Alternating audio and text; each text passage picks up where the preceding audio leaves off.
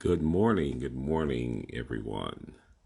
This is Elder Dan Smith, 5 o'clock in the morning and 5:30 in the morning, and I'm doing the fasting, 40 days of prayer and fasting, and I am doing your live feed today. So it's going to be on fasting. Fasting. This is day 24. Believe it. We're doing fasting. You may be a little, camera's gonna be a little shaky. It's to wake you up. So, hey, what's happening out there? Arita Murray, Howard Hamilton, Peggy Carter, Rachel Harris. All right, all right, all right. I'll give you a shout out when I keep going.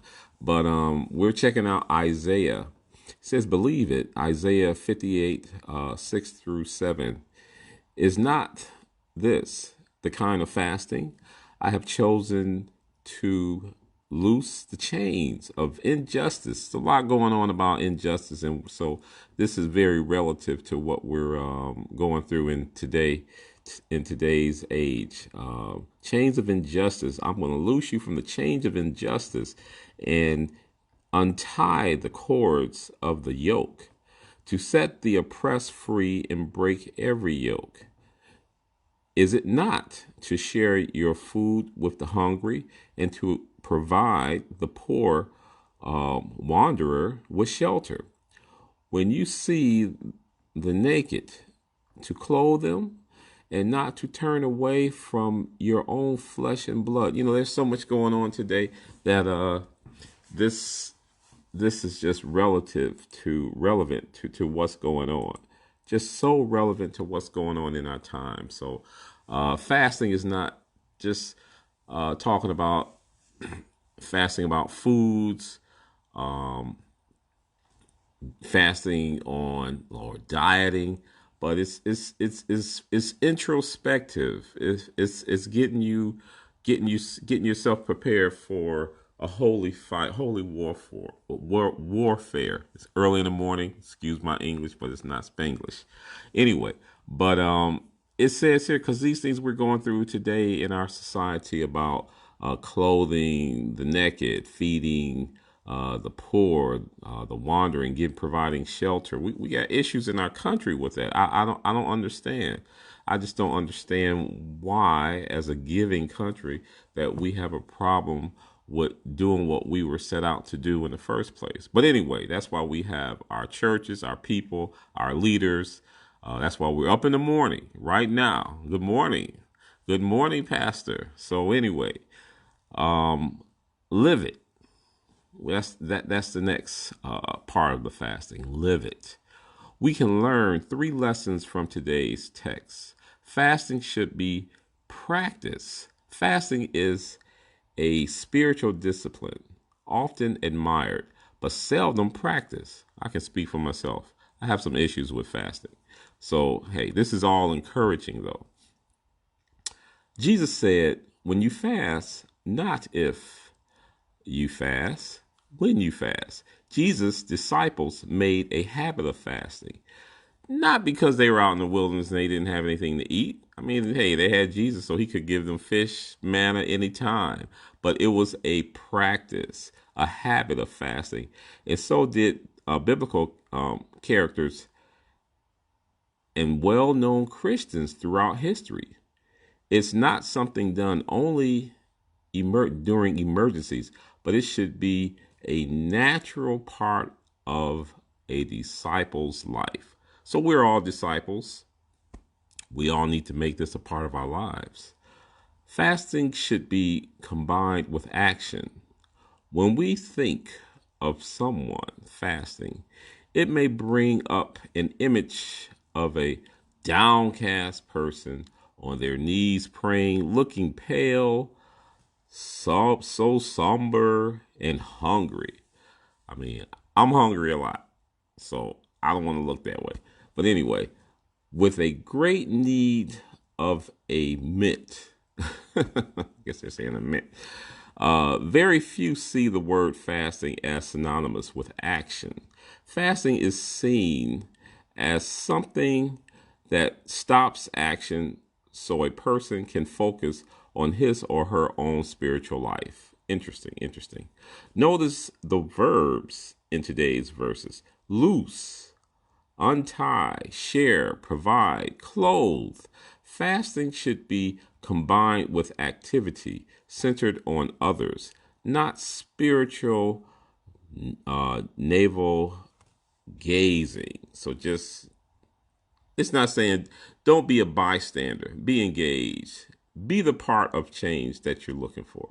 So, anyway, fasting results in blessings for others as well as ourselves. Today's text present a clear picture of the true fast. Rather than focusing on not eating, it emphasizes heightened concern for others. So, I mean, we all can improve on that. We all can improve on that. We all need to fast so we can improve the lives of others. So, interesting correlation to improve the lives of others. I never drew that conclusion before or thought about that. So, anyway, fasting, that is fasting. The common concept of fasting is that of an intensely personal, self-centered discipline. Discipline. God turns that idea on its head. True fasting affects one's own spiritual life as well as the lives of those who surround us. So you want to be a good example to others. You want to show some discipleship. Do the fasting, but don't do it with a downcast attitude or acting like you need to eat, or you're about to have your last meal before you fast. Share it. I'm going into some thoughts. Fast this week. Lift up a prayer, someone who is far from God. If possible, demonstrate God's love through an act of kindness. Here's the prayer today. My prayer today for the physical structure where the meetings will take place. Pray that there will be no accidents, especially in the children's department. Prayer that everything will function as it should in the building of, I guess they're talking about the church. So anyway, just sum up this fasting relationship. Fasting is not just fasting from food, but it's maybe fasting from a special TV program, your favorite show, something that you like to do, but you want to do it in a way that's you're a good example, that you're helping someone.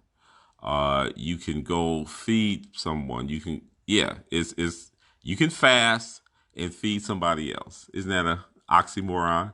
Yeah, you just got to be disciplined. I don't know if anyone out there ever taken, well, martial arts. It teaches you self-discipline. I took that when I was younger, and I'm telling you, you had to be disciplined in any sports, any endeavor that you have done in your life. You have to be disciplined. So it says here, the scripture and the lesson for today, the fasting builds that quality of discipline. So if you want to be more disciplined, if you want to develop better habits, fast, pray. Don't look downcast.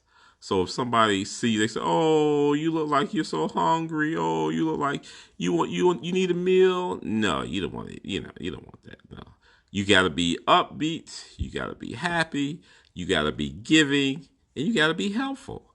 So I'm gonna pray with you. I'm glad. This is Elder Dan Smith, and I hope everybody out there got this message on fasting. That it's not about just the food, the chicken nuggets, or anything like that, but it's about discipline. Be a karate man.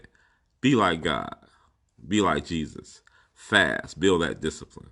Lord, I pray today that this message will touch someone, and someone can take this experience and better themselves and help someone out in their walk to become better disciples. These blessings I do ask in thy son's name and for his sake. Amen. Y'all have a good day. All right. Bye bye.